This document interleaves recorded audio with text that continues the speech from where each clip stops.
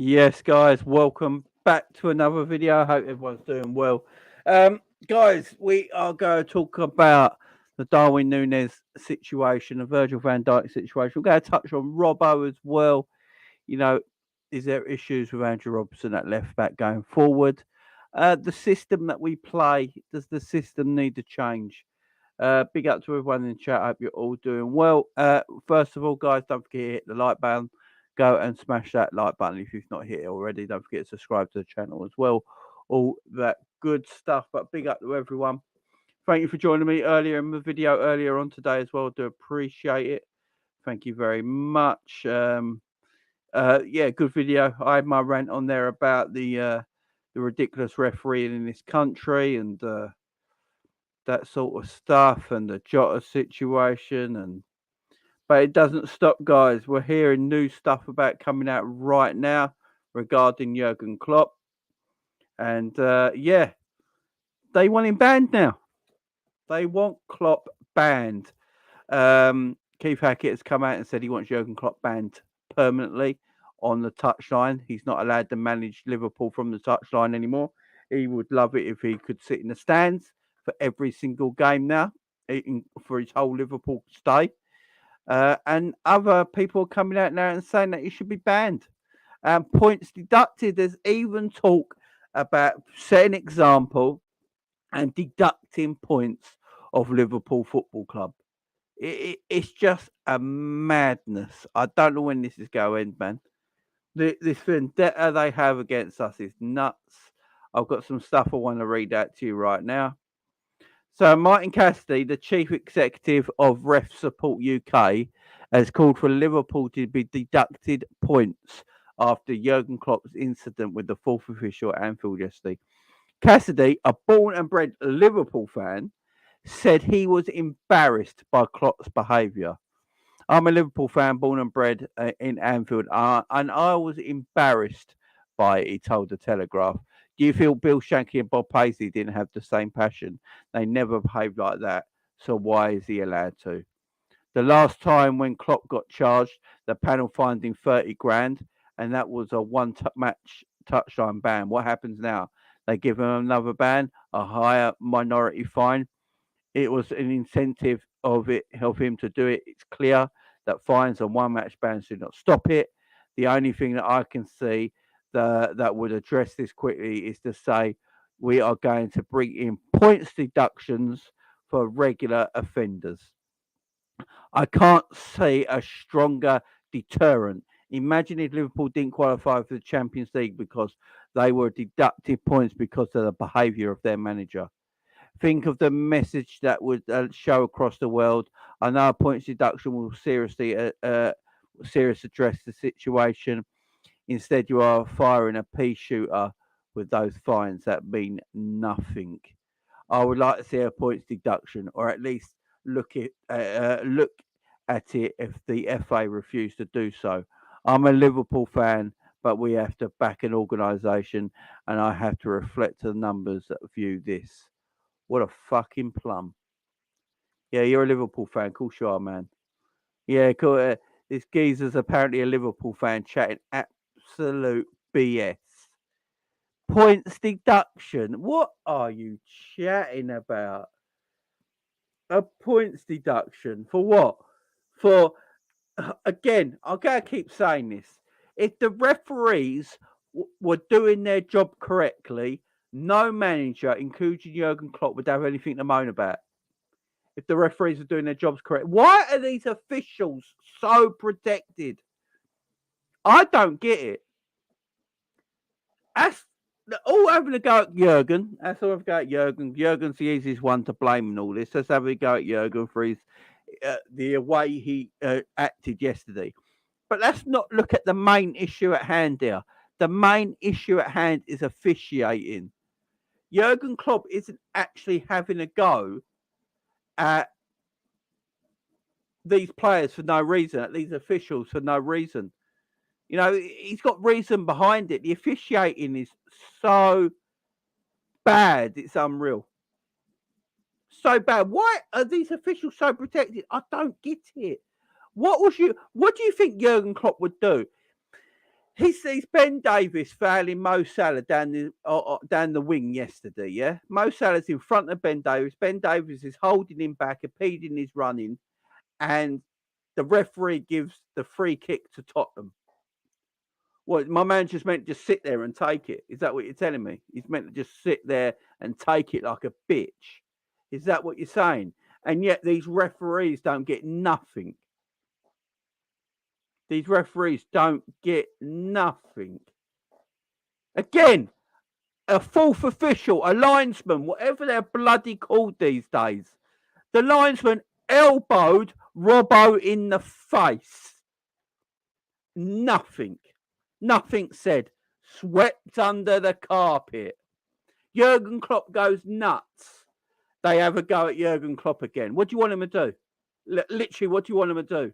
You keep saying he brings the game into disrepute. Your officials, your referees and officials and VAR and all this nonsense are bringing the game into disrepute, not the managers. The managers are in a job where if they lose the game, it's game over. And you officials are not doing your job properly. Game after game after game after game. And I'm not just on about as a Liverpool fan. I'm on about all managers in the Premier League. All managers everywhere. You keep having a go at them all the time. This manager does that. That manager does that. This manager does this. But your officials get away with murder continuously. Again, I will say, what happened to the linesman that elbowed Robbo? What happened? What punishment did he get? Did he come out and apologise? Did he apologise to Liverpool Football Club for elbowing our defender?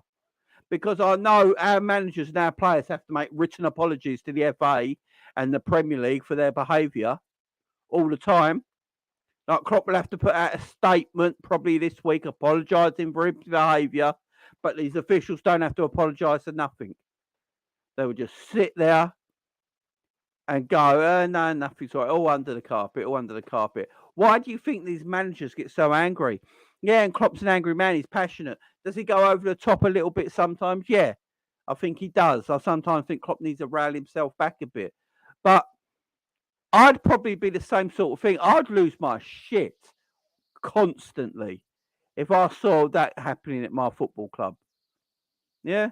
If I saw Ben Davies doing what he did, fouling Mo Salah and then Tottenham getting the free kick, I'd lose my shit as hell. Oliver Skip almost breaking Diaz's ankle. Not even a free kick. We spoke about this afternoon about it being a red card. It wasn't even a free kick. It was on the edge of the penalty box. It's a beautiful position for Liverpool to score in. Weren't even given a free kick. And you wonder why he loses his utter marbles at these people. Why he gets in the face of the fourth official. Again, I'm all for Klopp maybe going over the top sometimes and all that. Okay, fair enough. But these officials get away with everything. Officials get away with murder. Their VAR calls are ridiculous. They're literally looking at a screen like I'm looking at the screen right now and can see fouls and offsides, but they don't know how to call it because they don't want to embarrass their mate who's on the pitch. This is the whole problem with VAR. VAR needs to be scrapped and gone. It needs to be scrapped and gone, or you get independent referees to do it, because the problem with VAR, it's not the system, it's the people operating it. So David Coote is doing VAR yesterday. He's good mates with Paul Tierney. Do you really reckon he's going to overrule his mate that's on the pitch? Of course he's not. Who would? Say it's one of us. One of us was refereeing and one of us was in the VAR box. Are we really going to turn around and go, right, my mate's messed up there, or am I going to protect my mate? Probably going to protect my mate. This is what does my head in about all of it. Start bringing independent referees in. Wait, this game makes so much money. The Premier League makes so much money. Invest it somewhere else. Go within. Go outside the bubble. Get independent people in that have no idea who Paul Tierney is, who David Coote is, who any of these other referees in England are. They don't know who they are. They come in and they're specially trained to just use VAR and overall match official referees that get things wrong. They're not their mates. They don't know them from Adam. They never meet. And this is the other problem. The VAR machine is always near Stansted Airport, yeah? You could be hundreds of miles away. Because your mate is officiating the game, you're not going to go against your mate. You just ain't. So get people in that don't know these people, that have no idea who they are. Get them in, sit them in the VAR box, and they just do everything VAR. They never meet these referees. Never let them meet. Why should they meet them? I don't want to meet them. I sit there sometimes doing watch-alongs, and I can see the offside. And I go, right, that's offside, let's move on. Done, quick. VAR take half an hour about it. I go, right, I've got to get the lines out, I've got to do this, got to do that. And they come up with offside. And we all said 5 minutes before it's offside, let's move on. Let's move the game quicker and quicker and quicker. This is madness, guys. This is absolute madness. These officials just need to go, man. And this bloke here, what's his name? Martin Cassidy, who's apparently a Liverpool fan. Martin Cassidy is the chief executive for Ref Support UK. What the hell is Ref Support UK? Did he just make that up last night? Was Martin Cassidy sitting at home last night and thinking, right, I'm going to make a referees union up. What should we call it? Barbara, what should we call it? Barbara, get out the kitchen, love. I need your help here. I'm making I'm trying to sort something out here. Give me a name for it.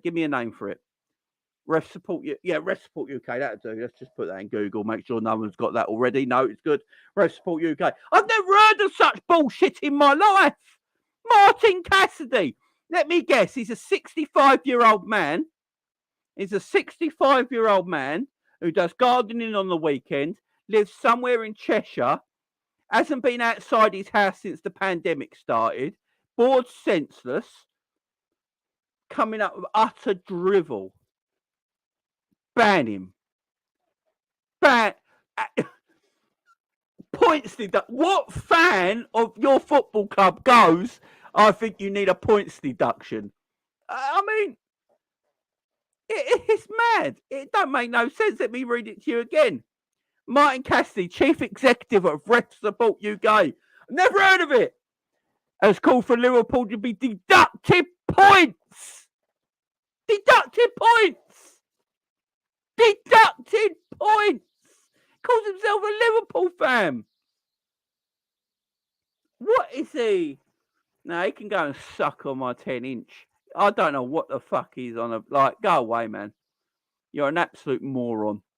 An absolute effing moron. It does my nutting. It literally does my nutting. These people talk drivel. Absolute drivel.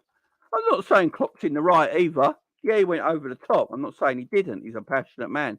And the passion went a bit too over the top. But Jesus Christ. I mean, what you got to do, man? What you got to do? Before we move on, there's something I just want to share.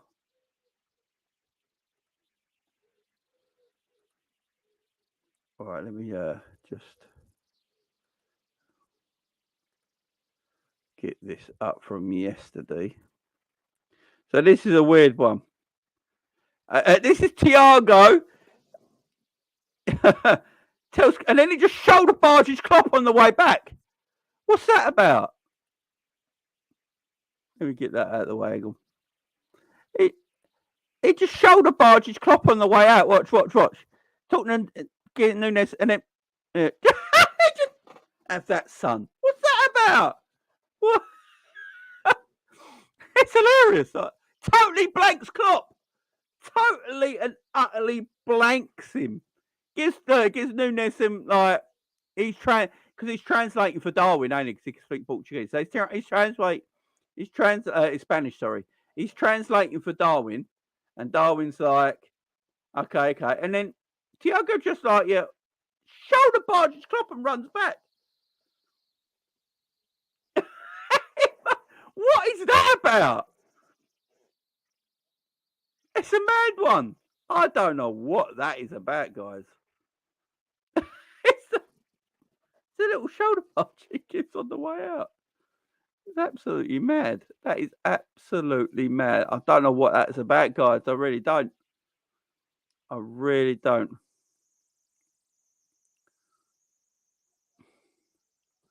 Oh, it's just I'm just looking at it again.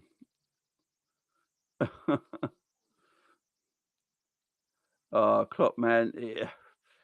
I love the guy, but yeah, I don't know what's happened there. I have no idea what's happened there.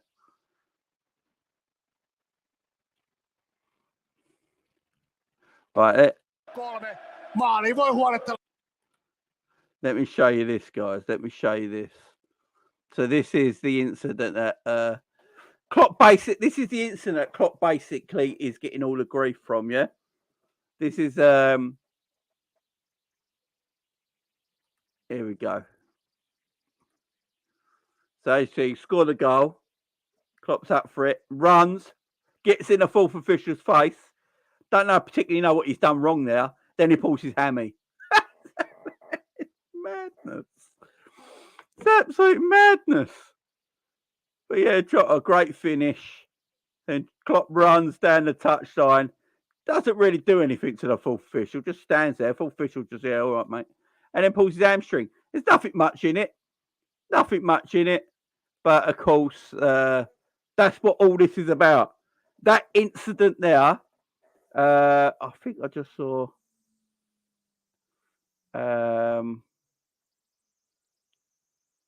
Big up Ant. Ant says, I know Martin Cassidy was married to my auntie. Big up Ant. What's he like, man?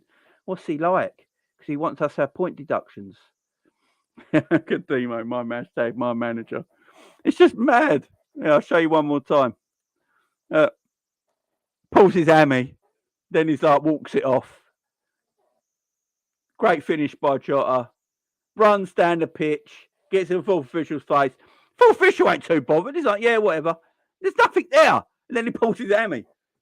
Yeah. And this is what everything's blown up about. This is what this Martin Cassidy wants Liverpool to have point deductions for. This is what Talk Sport are talking about today, that Liverpool need point deductions. Keith Hackett wants Jurgen Klopp banned permanently on the touchline as a Liverpool manager. He has to sit in the stands as long as he's Liverpool manager in this country. Because he just ran into the face of the full official. Full official didn't even care. Look at the full official. He goes, yeah. Like that. Yeah. He doesn't even care. He's like, whatever. It's just, I don't see the problem. I really don't see the problem. And what he said after the game. Yeah, Klopp basically said that Tierney's got an issue with Liverpool. I mean, it's not like Klopp's wrong there, is it? It's not like Klopp's wrong. If you go back to all the Tierney Liverpool games, it's always Tierney was in charge for the Rodri handball against Everton. Don't forget this, guys. I think Tierney was in the VAR. Last season, what is it? 3 games to the end, 2 games. Was it? They played Everton, second to last game of the season or something, and Rodri handballed it, and it should have been a penalty to Everton, and it was like the 90th minute, yeah. And Paul Tierney said it was no penalty. It was inconclusive evidence. Do you remember that? Inconclusive evidence, and it touched his arm. Everton scored that penalty, by the way. We win the Premier League. I'm just saying.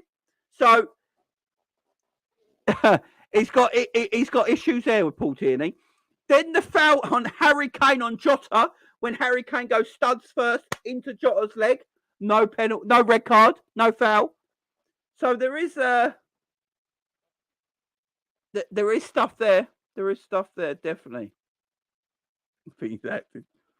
Klopp wanted a scrap. I want to hear something funny, chat. If Everton are going down, for my mates all want to go Undertaker costumes at the match, that'd be beautiful. 4 weeks out for Klopp. I bet you Klopp's back quicker than Navigator. Basically, a substitute player. Jay didn't play much. Oh, there you go. And Paul Tierney. Exactly. That's the thing. Yeah, exactly. Diaz missed the match yesterday. I'm not even seeing the replay yet from what I'm hearing. We were good for 20 minutes. After that, we were back. Yeah, first 20 minutes, half hour, we were absolutely fine. Well, was Tierney in charge when Jota got a pen at Palace when there was no contact? I don't know. Don't think so. Paul Tierney should be sent to the Conference League. No, Paul Tierney should be refereeing full stop. I hate that thing when referees get their punishment is to referee lower league games. Why are you giving lower league games to these referees? What have the lower league teams done wrong? So if you're a really, really bad ref and you've caused an issue, your punishment is to referee lower league games. But what have the lower league teams done wrong? Why do they want that shambolic referee? Why do they want that shambolic referee? Yeah, it's weird, man. It's absolute madness to me. Absolute madness to me. But yeah, look, as I said, Klopp sometimes has go over the top. And I've always said, he just needs to rein it in a little bit. But at the same time, these officials, man, these officials need to, these officials need to be answered for. Because it's not just Liverpool. Man City get bad. Everton get it bad. Chelsea get it bad. Arsenal get it bad. Man, all these teams get bad officiating. These officials need to be counted for. There's no doubt about him. No doubt about it. Right, got another one here.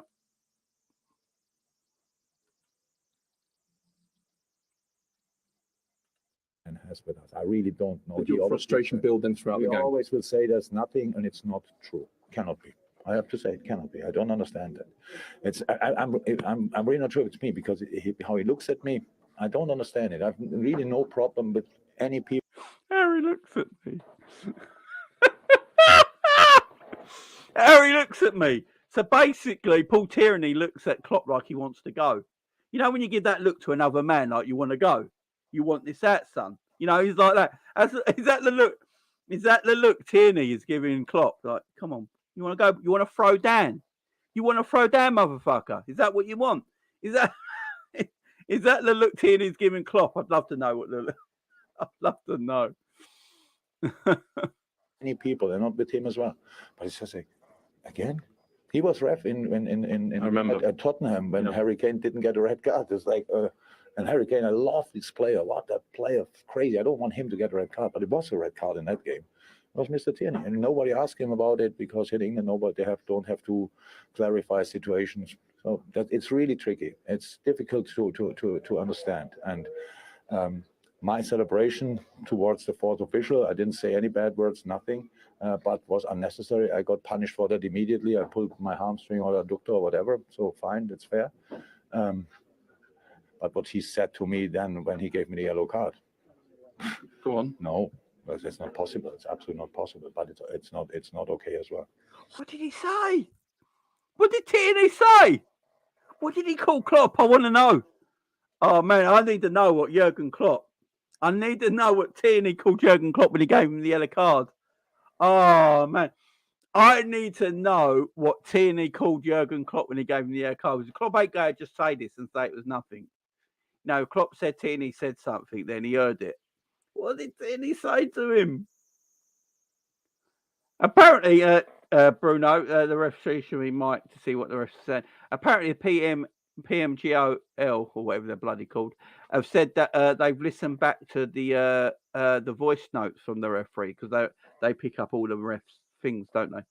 And said he didn't say anything wrong. Oh, and no, man. Of course they're going to protect him. This is what I'm on about. You know, the head of referees have said they listened back to the mic of what Paul Tierney said to Jurgen Klopp when Jurgen Klopp said he said something to him, and they said they heard nothing wrong, and we're just meant to believe that. That's meant to be it. Again, we're just meant to believe that. Oh, they said nothing wrong. So their mate. This is what I'm all talking about, guys. It's protection, constant protection of their friends. We never hear any rumours. We never hear anything. So apparently the PGMO are saying that there was nothing there. We don't know what Mr. Jurgen Klopp's talking about. The Paul Tierney acted in a very professional manner when he gave Klopp the yellow card. There was nothing bad said. But Klopp is saying that he said something nasty to him, right? But we're meant to just believe, oh yeah, there was nothing said. There was nothing said. Again, protecting their mates. Just protecting their mates constantly. So what he said to you, you don't want to hang on. You don't want to say any more, but it was unacceptable. Not only because I said already what I wanted to say, so there's no extra question. Okay, well, I'm just wondering. I didn't bring it up. You did, so I'm wondering. Yeah, but I stopped then there. I can't ask any more questions. We'll say it. That's it. Okay, you've said enough. All right, thank you. Okay. It's just mad, ain't it? The world will. Oh, Jesus Christ! I don't know. These do my head in. Disgusts me, guys. It disgusts me. Right, let's get on to the big picture. Let's talk about Darwin Nunez. When it comes to investigations, they'll look after their own. Of course they do. This is my problem with it. Bring in independent officials. The Premier League makes so much money. We can pay for independent officials. Just bring in independent officials. These refs are crap. Since the refs turned professional, they've been worse. These refs, since they turned professional, have been worse. And by the way, all the decisions that go for Man United this season, who's the head of referees this year? Howard Webb. Do I need to say more? Do I need to say any more? Howard Webb. Right, let's talk about Darwin Nunez, because I could talk about that all day, but this is about the Darwin Nunez show. So let's talk about Darwin, guys. Darwin. What do we do with Darwin Nunez, guys? Let me know in the chat right now, because I'm not sure what we do with Darwin going forward, guys. I really ain't, because Cody Gakpo got brought into Liverpool. Cody Gakpo is playing false nine for Liverpool. He's obviously a left winger. Previously at PSV, you know, he's at PSV his whole career, from youth lad up, and he's always played left wing. Now for the Dutch national team, he sort of played in the number 10, the number 9 position and left wing. Liverpool saw him as a player they always said that can play along the front three. That is very versatile. They see a lot in him. Can even play in the number 10. Now, so Darwin was bought in the summer for 65 million, as we know. Now, Darwin Nunez was bought for 65 million in the summer. Liverpool decided, right, that's going to be our number 9. But like a lot of people say, Liverpool under Jurgen Klopp don't really play with an out-and-out number 9. You know, if you look when Jurgen Klopp came to Liverpool, we had Christian Benteke up front, yeah? And Christian Benteke didn't last long under Jurgen Klopp. Jurgen Klopp was like, right, I can't use Christian Benteke. Christian Benteke was a decent forward, nothing wrong, but we didn't play to his strengths enough. And Klopp got rid of him. Didn't want to play Christian Benteke. Didn't want any part of Balotelli or Ricky Lambert or any of the number 9s, yeah? They all went out the door. Look, none of them were good enough, so they shouldn't be there, but they all went out the door. Bobby Firmino then was sort of like on the outside looking in under Brendan Rodgers. Brendan Rodgers didn't know what to do with Bobby Firmino. So then Bobby Firmino is playing sort of wing back in a back three under Brendan Rodgers. It was a weird thing. And then he was just on the bench. Brendan Rodgers weren't picking Bobby Firmino because he didn't know what to do with him. Jurgen Klopp came along and went, right, Bobby Firmino's my striker. He's just my number 9. But we're going to play him as a different kind of number 9. He's not going to be your out-and-out number 9 who bangs goals that we set up for, that we build the team around.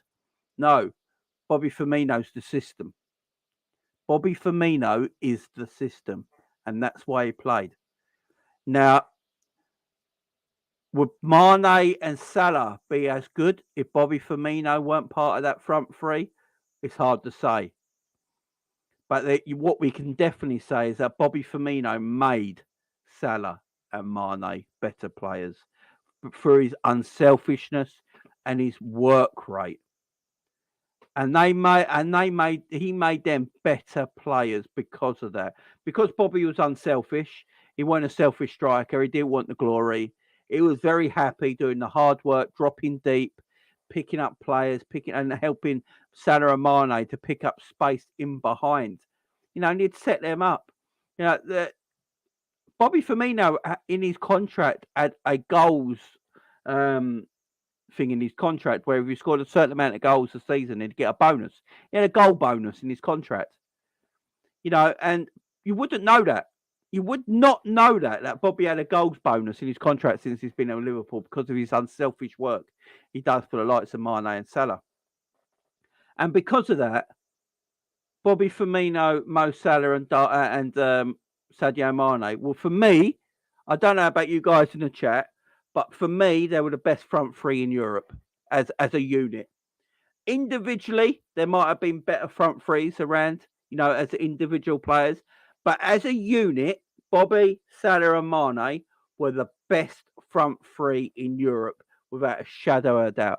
Their counter pressing was at an elite level. Their goal scoring at an elite level. Their gameplay was at an elite level. Their understanding of each other's game was at an elite level.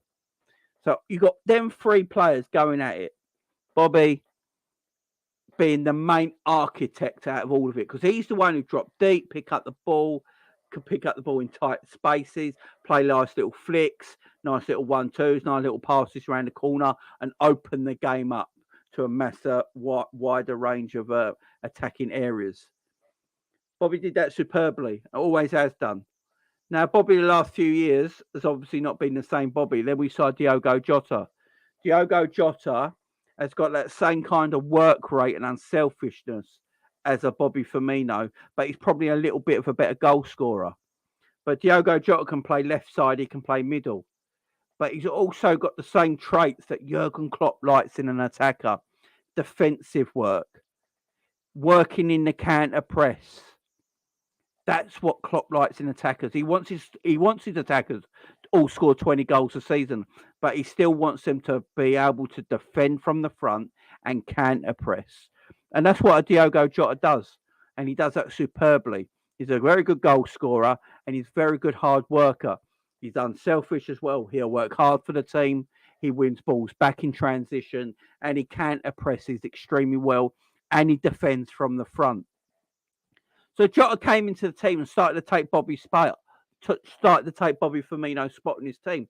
We all sat here for ages saying no one can break into this front three. You know, Bobby, Salah, and Mane are set. They're the front three for Liverpool. No one's breaking into them. Along came Diogo Jota, started to break into that front three, started to take Bobby's spot. But the same things kept going. Same thing happened. Same results happened. You know, and because of the way Jota played. Then you bring in Luis Diaz. Luis Diaz comes in last January. Tremendous player. And if you look at the way Luis Diaz plays, he's exactly the kind of winger, kind of attacker that Jurgen Klopp absolutely adores. Hard-working, grafting, technically excellent, quick, can score a goal, can assist, and can defend from the front. Luis Diaz is one of them players that can defend from the front at the same time without ruining his game, because he also can still take a player on. He can score a goal. He can assist. He can cut in. He can intercept play. He can defend from the front. Again, seamlessly got into our system. Look at the attackers that have come into our football club and worked straight away in Jurgen Klopp's system. No fighting about, no messing around, no being patient with them. Bang, in they go. They work to our system beautifully. You know, and Diaz worked to our system, works tremendously well. Hard working, great technique, can score a goal, can pass, can defend from the front. Jota, great technique, can pass, can score, defend from the front. Excellent player. Salah, quick, takes players on, scores buckets of goals, can assist, can defend from the front. So you got them players in as an attacker. But then this summer, we went a whole different direction. And we brought in Darwin Nunez. Now, Darwin Nunez was obviously excellent. Darwin Nunez was obviously excellent at Benfica. Look, he played against us twice in the Champions League, and he was excellent in both legs. You know, scored goals, scored a few goals that are offside, but looked quite good in that Benfica game. His stats for Benfica that season was, 32 goals in all competitions. And he's a young lad that looked like he's got a lot of the world in front of him. I was happy that we signed him at the time. I think everyone was quite happy that we signed him. Man United were after him. A lot of teams were after him. Carlo Ancelotti named him as one of the strikers of the next generation to look at. So there was a lot of hype over Darwin Nunez. Obviously, what didn't help Darwin Nunez is that he came in the same summer that Haaland went to Man City, and comparisons started to happen. You know, similar age, similar look, similar build. You know, both scored buckets of goals last season. Similarities started to occur. We spoke about it. Really, it's garbage because, you know, Haaland's on a planet that's on his own at the moment as strikers, yeah? He's a striker that no one in world football can touch, and that's going to be like that for a long time, right? But Darwin's his own player, and we should never have compared, and the media should never have compared. Let Darwin grow on his own. So Darwin comes to Liverpool Football Club, and we try something out differently. So we watched Darwin Nunez at Benfica. Apparently, we've been scouting him, right? So we've been scouting him for a long time, Darwin Nunez. We should know how he plays. We should know his strengths. We went that summer and got Carvalho, a number 10, right? And we all thought at the beginning of the season, all right, we're going to play a different way of football next season. We brought Carvalho in, who can only play that number 10 position, really. I know Carvalho, when he was younger, was it at Benfica he was at? He played as a left winger. I get it. And Carvalho apparently in an interview said his favourite position is left wing. He's never going to play left wing for Liverpool. So let's just get that over with, right? He's not quick enough to play in the wing positions in the Premier League. Maybe in other leagues, but not in the Premier League. And especially under Jurgen Klopp and the way he wants to play. So Carvalho's a number 10. So you combine Carvalho and you've got Darwin Nunez in. As Liverpool fans, we thought, right, we're changing the way we play. We're going to change up the way we play. And so we was like, oh, that's cool. So we're going to have a number 10 and we've got an out-and-out striker. I know a lot of Liverpool channels, big up Coppish, especially, they've been banging on that we need a killer striker up front. If we had Harry Kane to say, we would have won the Champions League last year and blah, blah, blah, blah, blah. All big channels, big up to all these channels. And they're right. if we had a killer striker in that number 9 position, we might have won more trophies. That everyone's right about it. So we went and got that Darwin Nunez. And you're thinking, okay, Carvalho's sitting behind him, Luis Diaz on the left, Mo Salah on the right, man's got a bag. The man's got a bag goal after goal after goal. But that's not the way we played. We didn't play to his strengths. Because we play counter-pressing football. We play high line, high energy, counter-pressing football. And the problem is, Darwin likes to be the link. He doesn't like to be the link striker. So Darwin doesn't like to drop deep, defend it, link it, and play off and then get into the box. It's not Darwin's strengths. Darwin's strengths is he wants to get into space, play off the shoulder of the defender, and try and finish with one touch. Yeah, that's what his strengths are. Go back to his Benfica days, whatever you want to look at, there are his strengths. Yeah, running in behind is what Darwin does best. Yeah, so we don't play to his strengths at all. We don't play to his strengths at all, and because of that, Darwin was the lone striker in a 4-3-3. Darwin doesn't work as the lone striker in a 4-3-3 because he can't play with his back to goal. He's not great at it. He can't play with his back to goal. That's not his strengths. You've taken Salah, our main goal scorer, and made him an out-and-out winger. You've got Luis Diaz, who's an out-and-out winger, so that's not a problem. They're really wide. And you make Darwin our lone striker who can't play with his back to goal. And then you've got 3 borderline average midfielders trying to link the play and set Darwin up. It doesn't work. It doesn't work. You're not playing to his strengths. So as the season's gone on, we've still not played to his strengths. Then in January, we signed Cody Gakpo. Now, everyone was asking for a midfielder. Always asking for a midfielder, was we? We was asking midfielder, why aren't we buying a midfielder in January? Why aren't we buying a midfielder in January? Jurgen Klopp does an interview in the press conference in January. I can't remember what game it was before, but he's in the press conference in the January window, and he's talking about that midfield is not the problem. Our pressing game doesn't work because we've lost Mane and we've lost Bobby. They were the main key to our defending from the front. And he made a point of that. He made a massive point of that we don't defend from the front like we used to. And then, because Diaz was injured, there was no Mane anymore. Bobby was injured at the moment, so we only had Salah. And what he's basically saying, we don't defend from the front anymore, so we can't press. See, Liverpool's press starts from the front. Don't start from the midfield. It don't start from the goalkeeper or the back line. It starts from the forward end. You know, Bobby Firmino, that's why we called him the system, because he started the press off. Once Bobby went, Bobby was the trigger. You know, Bobby was the trigger man. So once Bobby went, Salah and Mane went. Once Salah and Mane went, the midfield then stepped up. Once the midfield stepped up, the back four would step up. You know, Robbo and Trent would get into very high positions on the wings. Now, that was the trigger for the whole press. We don't have that no more. Darwin Nunez is not the trigger. He can't play to that way. So we went and got Cody Gakpo in January. We brought Cody Gakpo in. And a lot of people were going, okay, Cody Gakpo could be a good player for the future, but why did we not buy a midfielder? And then we're all a bit buzzing because Cody Gakpo's decent. We're quite happy with the signing Cody Gakpo. Only 40 million, or whatever it was, 44 million, you know. And we're thinking, oh, that's good business. It's good business. Let's see how it goes. Straight away, he plays the number 9. Straight away, he's in the false 9 position. And it takes a couple of games. And people are going, yeah, he's in the false 9 position, but, you know, he drifts off to the left and Darwin goes through the middle. And then finally, people are starting to wake up to it and go, oh, shit. You know what? Gakpo is just our number 9. There's no ifs or buts anymore. Cody Gakpo is Liverpool's number 9, right? And then the more I watch Cody Gakpo, I don't know about you guys in the chat, but the more I watch Cody Gakpo play for Liverpool now, the more I understand why he's our number 9. He is that Bobby Firmino kind of number 9.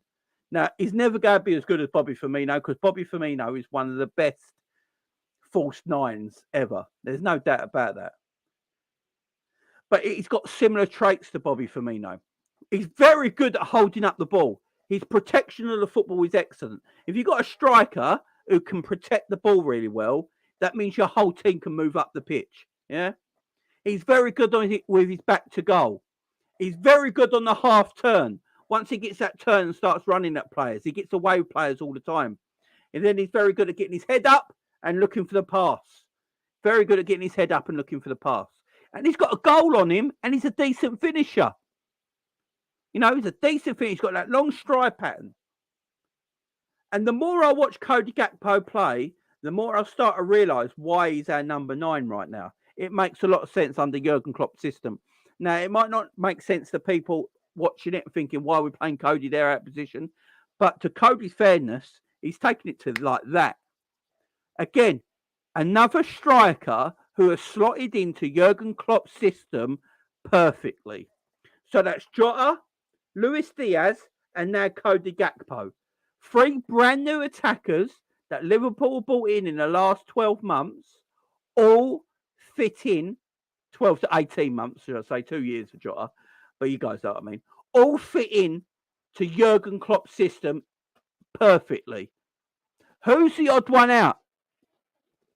Who's the odd one out? Who doesn't fit into Jurgen Klopp's? Who don't fit into Jurgen Klopp's system no more? What? Who's the one who don't fit? Darwin Nunez. Who's the one not playing right now? Darwin Nunez. Do we look better in the last few games from a certain point of view? Yeah, because he's got Jota back in the team. I was sitting here going, why is Jota playing? You know, I don't get it. As soon as Jota was fit again, Jota was out for months and months of injury. As soon as Jota's fit again, bang, straight back in the team.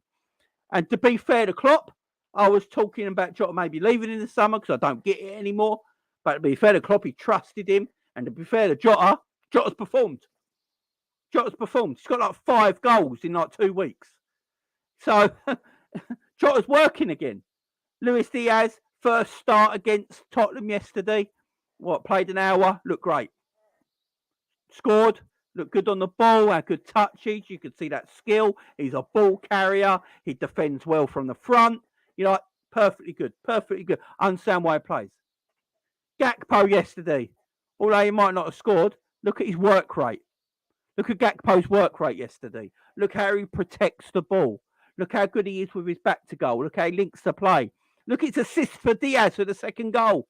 You know, looking up, see a pass, crosses it back.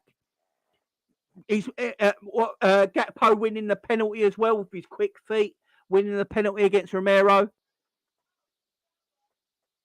You know, if you look at that, Gakpo's playing that number 9 role and he looks decent, man. I think Cody Gakpo for £44 million will look like an absolute bargain. He looks a player. And he's only 3 Premier League goals behind Darwin Nunez. And Darwin Nunez has played 27 Premier League games. We only got Gakpo in January.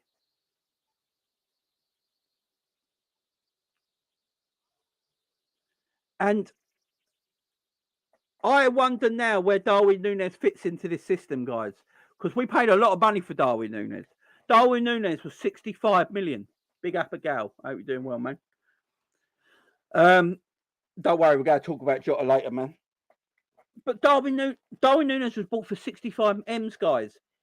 His money goes up to £88 million if we win Champions Leagues and Premier Leagues. We have to pay a total of £88 million for Darwin Nunez, I believe. Or 100 million euros, or whatever it is, if we win Premier League and Champions Leagues in his contract. So, where does he play? Literally, if we play, guys, am I wrong?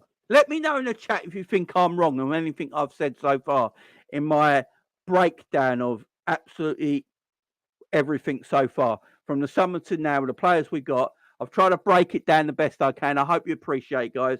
I'm really trying to break all this down and try and get to the bottom of it. If I'm wrong on anything, guys, just let me know in the chat. Let me know where you think I might be wrong and we can chat about it. But I don't know where, if we play this system next year, guys, where does Darwin fit in? Where does Darwin fit in if we carry on playing this system? And if you look at the players we've been linked with in midfield, look at the midfielders we've been linked with, yeah? Does that tell me we're going to change the system next year? No.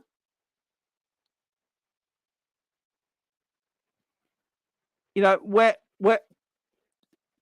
if we're not going to change the system next year with the players we're bringing in, Mason Mounts, Alex McAllister's, Ugarte's, if we get them in midfield, Gravenberch, that keeps the system we got now. The system doesn't change. These players coming in are not going to change our system. So if they're not going to change our system, what does that mean for Darwin Nunez? Because right now, if the system stays the same, we just get better midfielders in next season, and our system stays the same, we're going to be a lot better of a football team because we've got better midfielders in. But Gakpo's still my number 9. And if Gakpo's still my number 9, Luis Diaz is number 1 left winger, Mo Salah's number 1 right winger, and then Jota is probably Gakpo's number 9 replacement. You know, it's going to be between Jota and Gakpo, who starts in that number 9 area. And then Darwin's the one on the sidelines. Now, if we changed formation and we changed tactics, Darwin could become a player. If we played 4-2-3-1, we played a number 10. That was the link man. So Darwin can just stay in and around the box. He wouldn't have to drop deep. He wouldn't have to do any of that nonsense and link the play or anything like that. He would stay in and around the box. You have a number 10 who's sitting behind him, and he's your link man, right? And then you've got 2 wingers in Salah and Diaz, or a Jota or a Gakpo. Darwin would there. If you play Gakpo as the 10 and Darwin as the 9, Luis Diaz off the left and Mo Salah on the right, Darwin Nunez will bag goals. Because you've got Diaz who will create for him because he's a creative left winger. You've got Gakpo who's your link man. So Diaz don't have to drop deep. Gakpo's got that area of the pitch sorted. Yeah. Plus Gakpo then can play off Darwin Nunez. So Darwin Nunez can play off Gakpo. Then you might see a different Gakpo, yeah? But I don't fit a different Darwin Nunez. But I don't think we are going to change our approach, guys. I don't think we're going to change our approach. Now, is Darwin Nunez a fantastic substitution to have?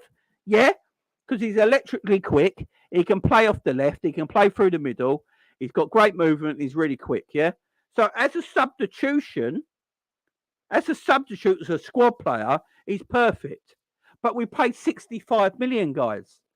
Did we pay 65 million pound for another Origi? Honestly, guys, did we pay 65 million pound for another Divock Origi? Because that's what it seems like at the moment.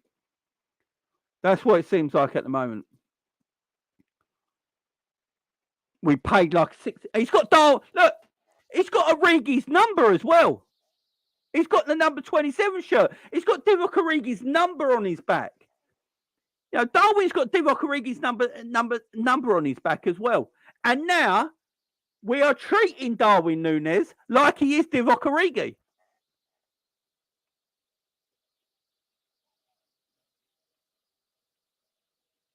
It's mad. It's mad. I don't know what we're going to do. I'm hoping Darwin works out because I'm a Darwin Nunez fan. I know there's some people, big up Scraps and that, big up to you, my man. I love you. But I know there's some people that don't rate Darwin Nunez, and that's cool. I'm cool with you if you don't rate him. I like. Oh, Vic's never going to forget it.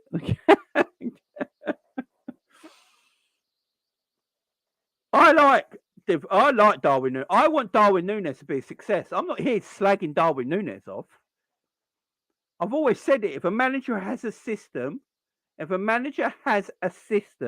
buy players that suits his system.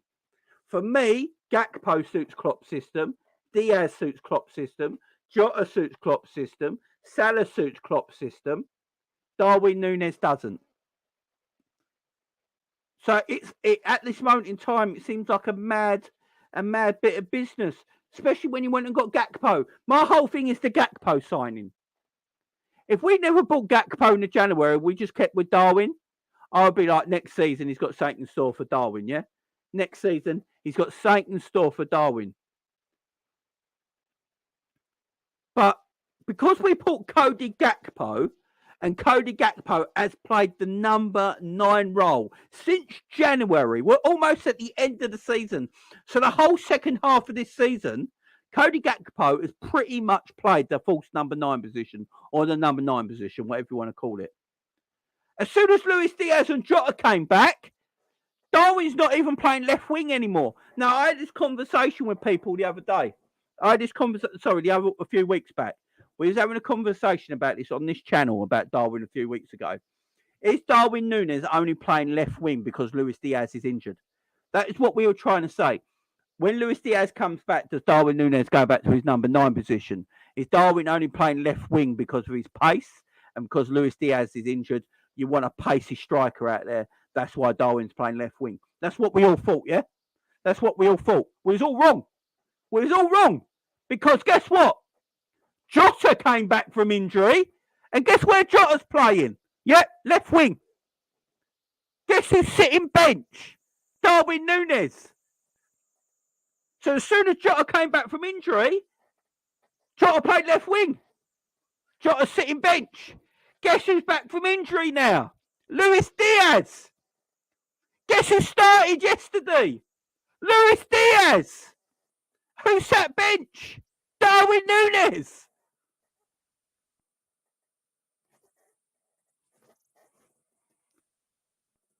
What do we do with Darwin Nunez?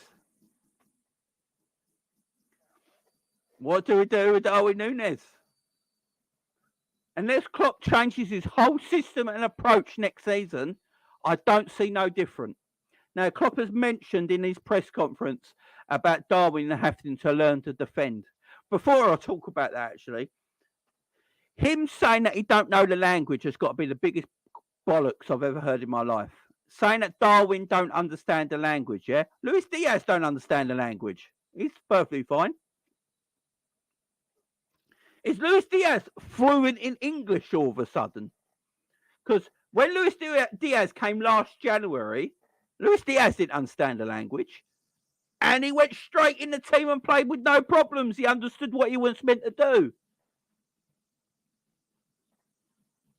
Suarez. Did Suarez ever really learn? Like, what are we doing here? The language thing for me is a bit of a cop-out. I think the language thing for me is a way of Klopp saying, I actually don't know what to do with Darwin right now. Personally. I think it's him saying, Darwin is not in my plans right now. He said the language barrier is a problem, which I don't believe that's a problem. How can it be a problem? And that he don't defend from the front, and they're trying to teach him how to defend from the front. Why did we buy a striker? Why did we buy a striker that can't defend from the front when Klopp likes strikers that defend from the front? What sense did that make in the first place? Why are we buying a striker for £65 million that should be a ready-made at £65 million? It shouldn't be a project at £65 million. It should be ready-made. We shouldn't be at this moment in time, Darwin Nunez is a project. He's a project player because he has to be learned. He has to be taught.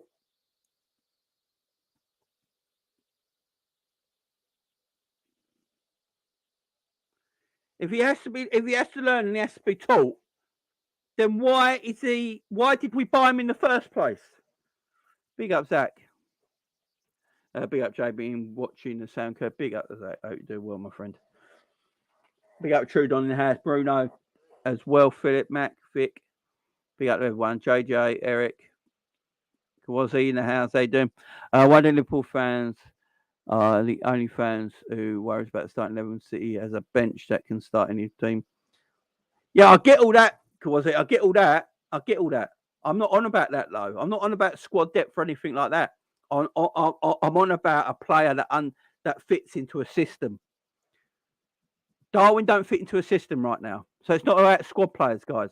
The squad stuff's a nonsense. Let's take the squad stuff out of this, guys, yeah? Because this is the thing that comes back all the time. And the squad stuff's a nonsense. I don't care if you have a squad of 1,000 men, right? If 998 of them can't fit into a system, there's no point having that squad depth. It's as simple as that. There is no point having squad depth if they don't fit your system that you're playing. What's the point of having them? We had Shaqiri and Minamino and Origi, and they didn't fit into our system, so they never played. But they were squad depth, but they never played because they didn't fit into our system. Look, we love Origi. Liverpool fans absolutely idolise Divock Origi, yeah? We idolise the man. He's a cult legend. Klopp couldn't stand him, right? Let's get this right now. Klopp couldn't stand Divock Origi, right? He loaned him out to Wolfsburg. Let's not forget about that. Then he tried to sell him, but no one would take him, right? So he was stuck with him. And he used him when he needed to, sparingly. Like when we had no strikers left or anything like that, he's like, oh, I suppose I've got to play Divock. You know? So he was a squad player, part of the squad, but he didn't fit. Taki Minamino was bought. He was part of the squad, but he didn't fit. Shaqiri is part of the squad, but he didn't really fit the system we played. Plus his injuries were an issue. So they never forced their way into the team. I really do like Darwin Nunez. Yeah, I keep saying it. I like Darwin Nunez. If he's going to be a squad player, he's going to be a squad player. I'm good with squad depth. We need squad depth. We got excellent squad depth at the moment. My problem is, if I go through it all, Jota fits the system. Gakpo fits the system. Salah fits the system. Bobby Firmino fits the system. Darwin Nunez don't fit the system. He's the odd one out. And for me, that's a worry. And Causey, I'm not having a go at you, by the way. Big up to you, my man. I won't have a go at you by that. But I understand what you're saying about squad depth. And we need squad depth. I want squad depth more than anyone. But squad depth has to be good squad depth. Squad depth has to be good squad depth. You know, what you want by good squad depth, you want a player that comes out your team and it comes into your team and there's no difference in change. Yeah, there's no level in change. Yeah, so you get one player comes in, one player goes out, and you seamlessly keep going. You roll on. Yeah, that's what you want as squad depth. That is what you want as squad depth. Darwin Nunez is the one who don't fit right now. Klopp's made it. Klopp basically said it himself. He can't defend from the front. That's why Cody Gakpo is the number 9 right now. If Darwin Nunez did what Cody Gakpo does, Darwin Nunez would be untouchable. If Darwin Nunez could do what Cody Gakpo does for Liverpool right now, Darwin Nunez would be untouchable in this team. There's no doubt about it because of his pace and his movement. With what Cody Gakpo does on the ball, holds up the ball, protects the ball, gets his head up, can see a pass, can finish. If Darwin could do what Cody does as a number 9, Darwin would be untouchable. He'd be like Liverpool's main attacker. There's no doubt about it.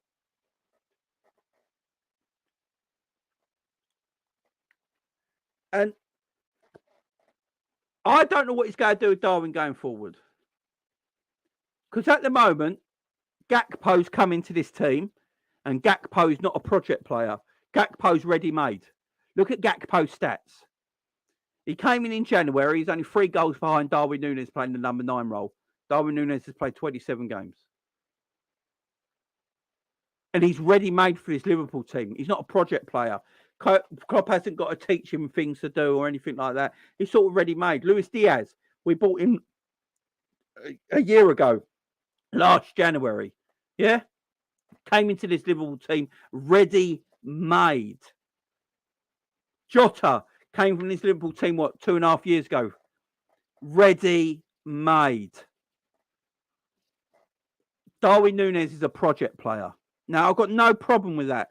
I've got no problem with a project player whatsoever. I really haven't, because you've got ready-made players there already. Now, this is on Klopp.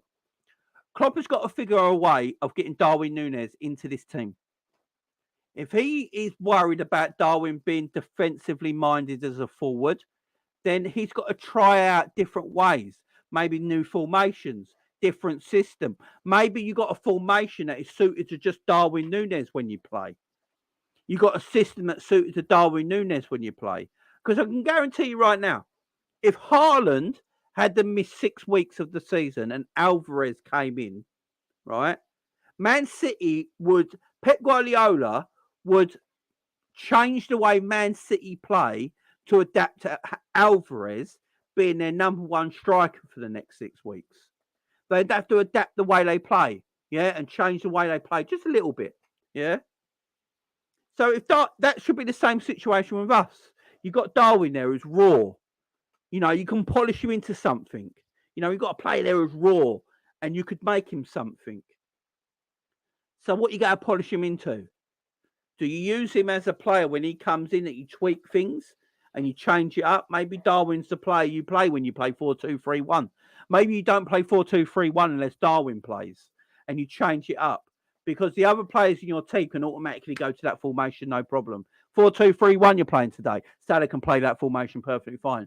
Luis Diaz can play that formation perfectly fine. Jota can play that formation perfectly fine. And it would help Darwin Nunez. Go to 4-3-3. Gakpo is the false 9. Diaz and Salah, Jota.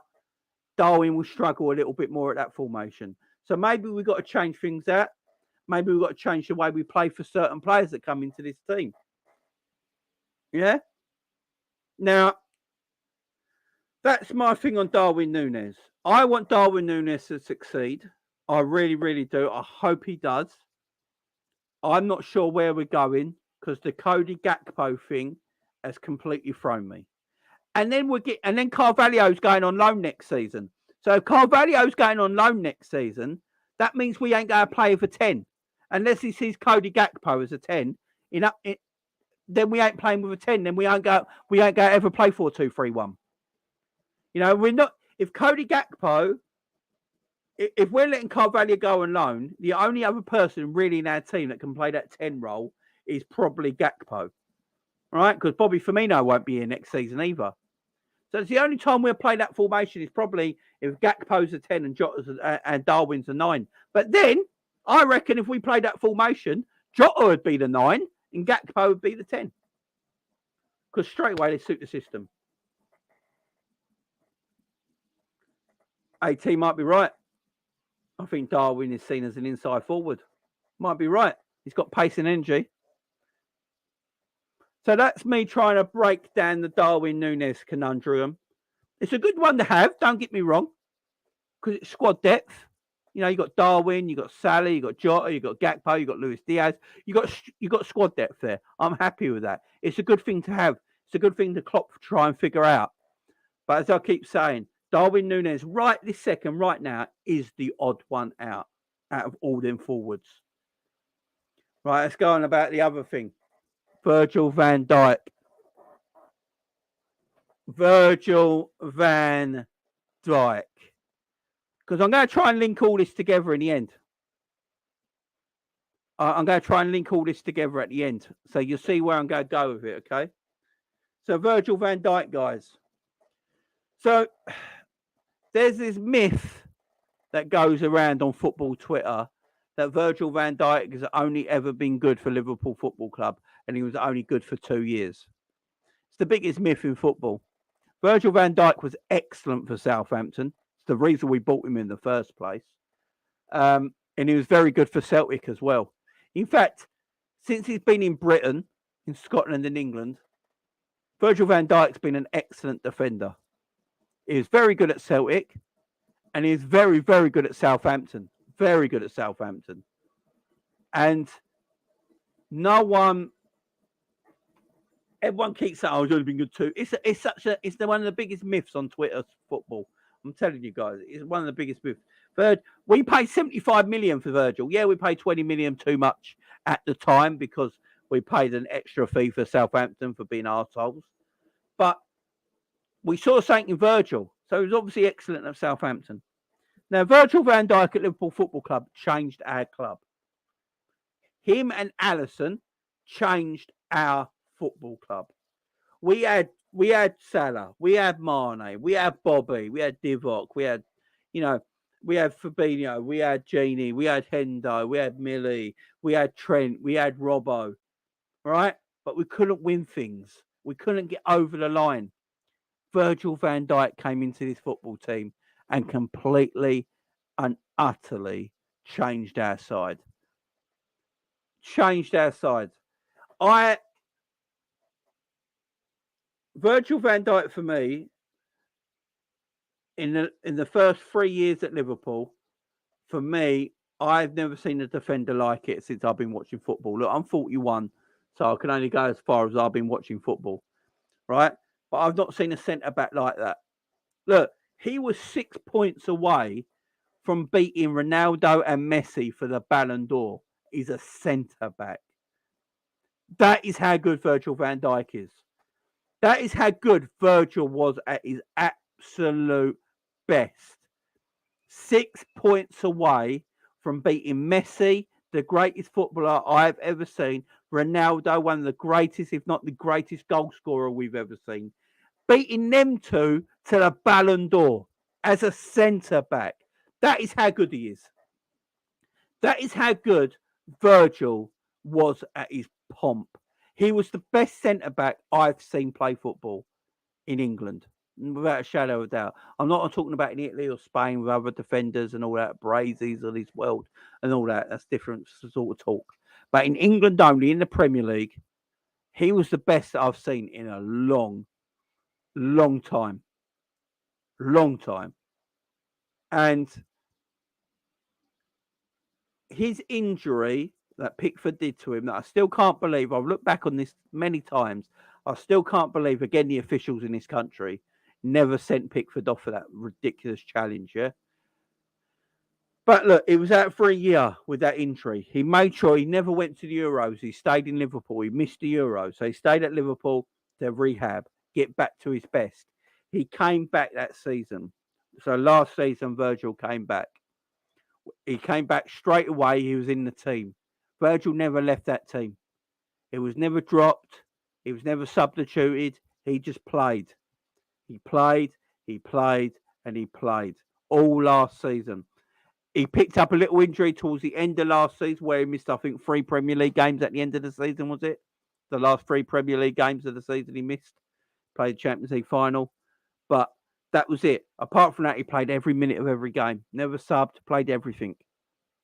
Obviously, we tried to go for a quadruple that year. We won the domestic double, finished runners-up in the Champions League, finished runners-up in the Premier League. Virgil, all in all, had a great year. But he still weren't the same Virgil.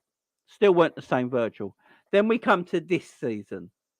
And there's a drop in Virgil's game. We can all see it. He's not quite as quick as he was. He's no slouch now. He's not exactly slow, but he was lightning quick. You know, Virgil was over 30 yards. You weren't catching him. You know, he was catching every attacker in Europe. There weren't a striker in Europe who ran away from Virgil van Dijk. There was not a striker in Europe that ran away from Van Dijk. Mbappe, nope. He used to keep up with Mbappe. Mbappe couldn't run away from him. Virgil was amazing in that position. And unfortunately, injuries have slowed him down a little bit. He's lost half a yard. There's no doubt about that. He's lost half a yard in pace. So what do we keep doing as a football club? We keep playing a high line. Asking Virgil to run back, you know, turning on his bad knee, running from the halfway line back to the goalkeeper, Personally, I don't think it's the right tactic to play with Virgil anymore. I don't think we should play the high line anymore. You can play a line quite high, but not as high as we're playing it. What we're playing at the moment is ridiculous. You can play a line as high as you need to. As high as we're playing right now, I think it's a bit out of order. But I look at Virgil and I think, what do we do with him? Is this just a bad year? Because, as I said, he played all of last season, that quadruple year. I think he missed the last 3 games of the Premier League season. So he played like 59 games after having a year out from injury. Some people would call that madness. Absolute madness. Then this year he comes back and he's not quite the same Virgil. We have a very short pre-season. I think we only had like 4 pre-season games and bang, the season started. So we had a very short pre-season. And then there's a World Cup in January. So we're having the season, World Cup in January. We're all assuming that Virgil ain't playing to the best of his abilities because he wants to play in that World Cup. He might not play in another World Cup. This is his only chance to play in a World Cup. So he's saving himself to play in the World Cup. So we all give him the benefit of doubt.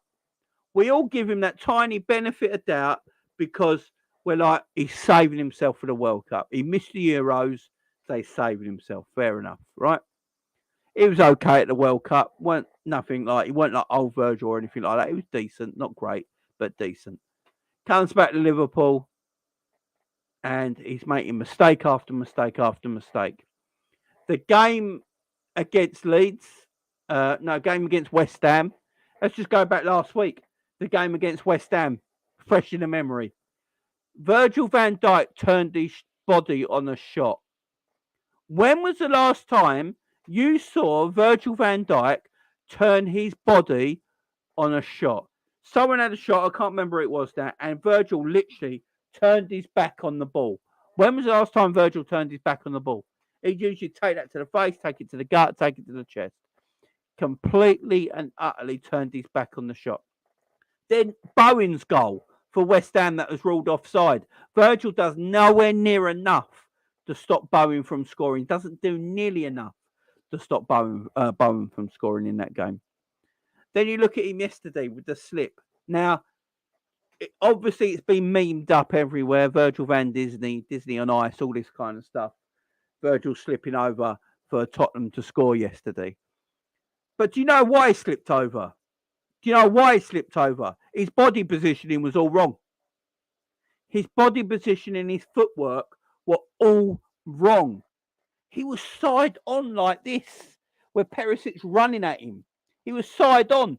So his foot, he couldn't move his feet. You stand side on to an attacker when they're running at you. You can't move your feet. You can't move your feet. So because he can't move his feet, and he's trying to then square up to Perisic, so he's going from this position to try and square up to him, so Perisic can't cut inside. And then he loses his footing and slips over because he's got bad footwork. His positioning for that goal was terrible. His body position was wrong. His footwork was wrong. That's not Virgil of old. It's not Virgil of old. Virgil of old would have excellent body positioning in that position. His body positioning for that goal would have been perfect. He'd have been where he needed to be. It would have been half on, so not side on, not square on. It would have been half on, intercepting where Perisic is going to go. So you can see Perisic's feet. You can see if he's going to go in or he's going to go out, and he can attack. When you're side on and you're looking like that, you can't. Where you going to go? Where you going to go? You can't attack. So when he tries to attack, he slips over, and that's why his leg goes behind him and one leg goes in front of him like he's doing a split, because his footwork is not in the right position. So that was a mistake. It was a mistake. And little things like that, it's just tiny, tiny little things like that we see with Virgil that never used to happen. Now, Virgil himself, credit to Virgil van Dijk, because not many players do this. Virgil van Dijk has come out himself in the last few days, and he has explained that his performances are not good enough. Virgil van Dijk himself has come out and explained that his performances are not good enough. I think I can find it. If I can find the quotes right now, I'll read them out here. Give me 1 second, guys. And I'll credit Virgil for this, because not enough people explain their poor form. And Virgil did. Let me just see if I can find these quotes. 1 second. Hold on right there. Let me see if I can find them. There we go. There we go. Virgil van Dijk, I've not been consistent and the criticism is right, he says. So Virgil van Dijk says, I've not been consistent and the criticism is right. This is what Virgil's saying for himself.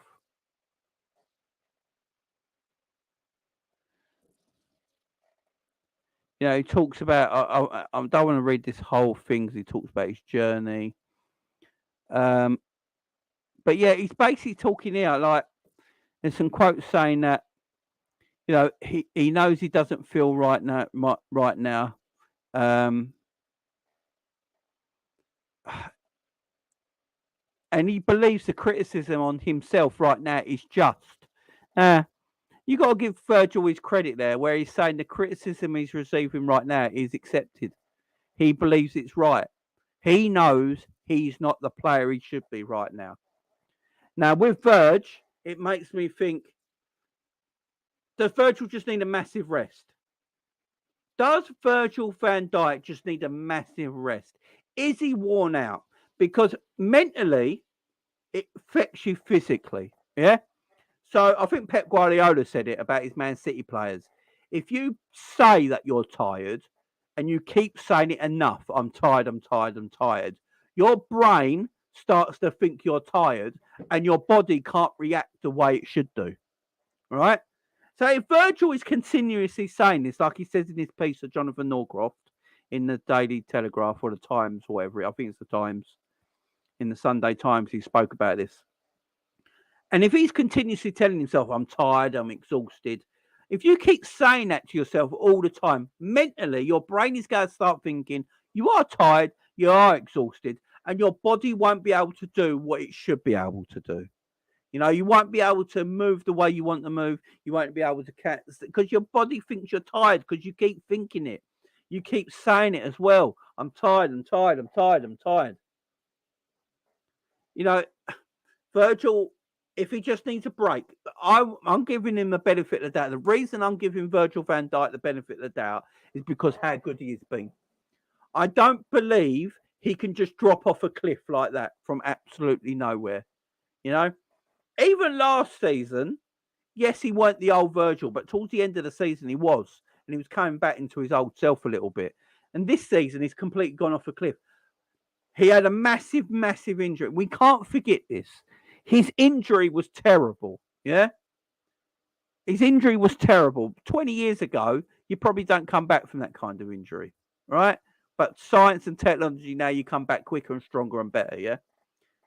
That's always going to play in your mind mentally as well. That kind of injury will play in your mind mentally. Like when you go in for tackles, when you go in and stretch your leg for a challenge or something like that, or things like that. Mentally, you'll go and think, oh shit, I don't want to do my knee again here.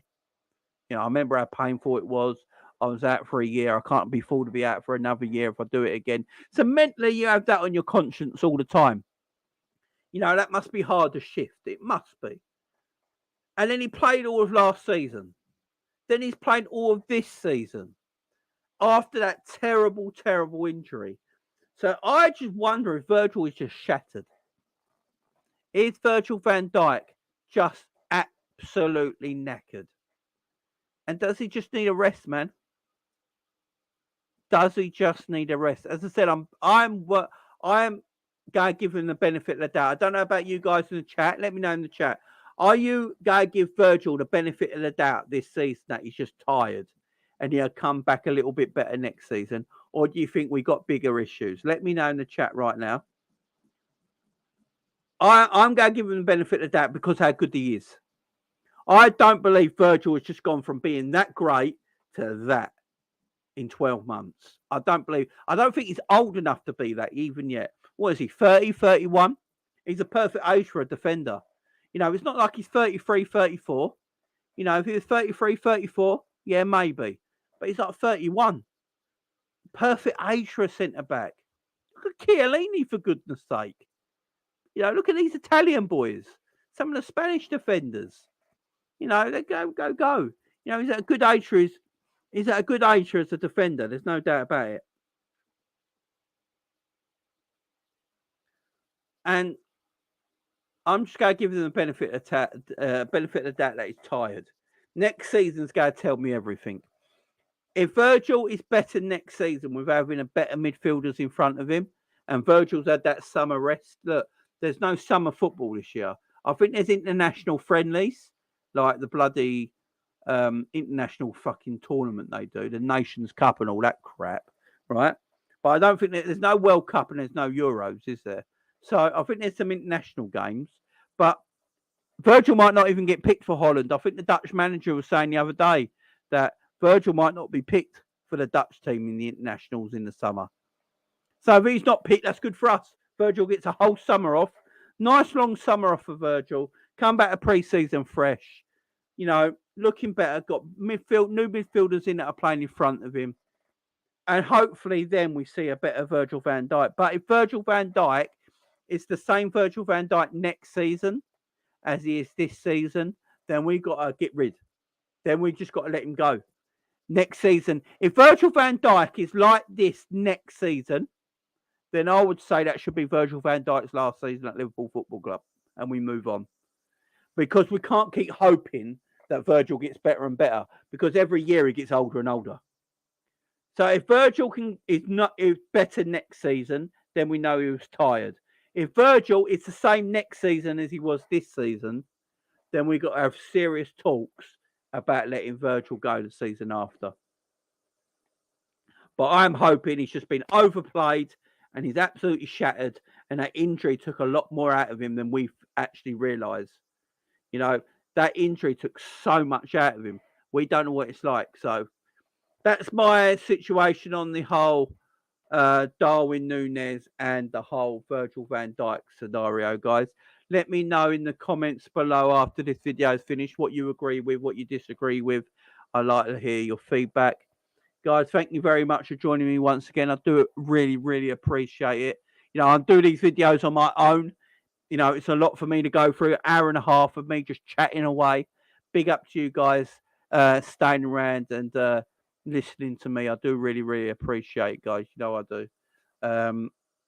Sometimes it's better to have someone with me and I can chat off them and bounce off them with stuff. But it's just been me for the whole day today on my own. So please, guys, go and leave a like on the video, guys. There's 52 likes right now. Please try and get them likes up to 100 if you can. Hit that like button on your way out, on your way in, all that good stuff. Guys, I will be back tomorrow with a brand new video, the Liverpool and Fulham match preview. Then I'll be back Wednesday for the watch along between Liverpool and Fulham as well. Lots of stuff coming up on the channel. Enjoy the rest of your evening, guys. Whatever you're doing, have a nice dinner, whatever it is. Enjoy the rest of your evening. And I'll see you tomorrow, guys, to the Liverpool Fulham match preview. Bye-bye for now.